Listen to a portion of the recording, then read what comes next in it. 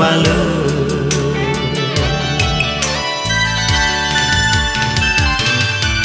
wa kagu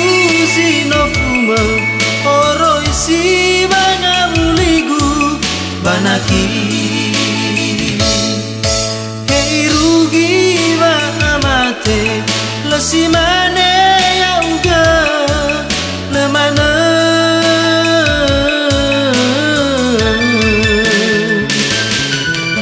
hata fo wengu wengu zalu akagu me ơi đau ba eroge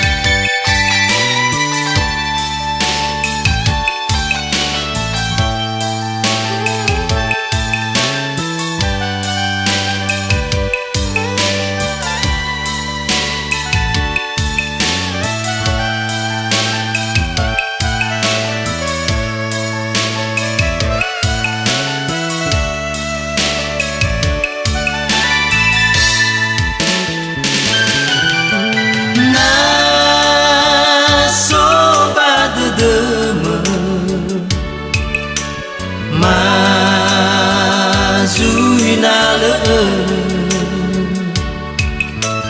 fe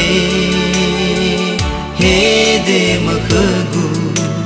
bazinu male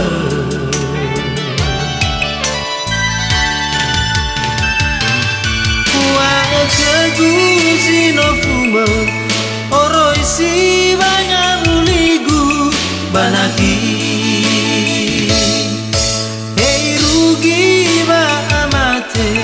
lesi mana ya uga le mana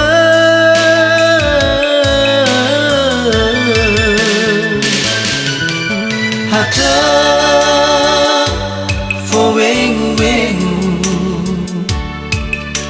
zalu akagu me erendao ba eroge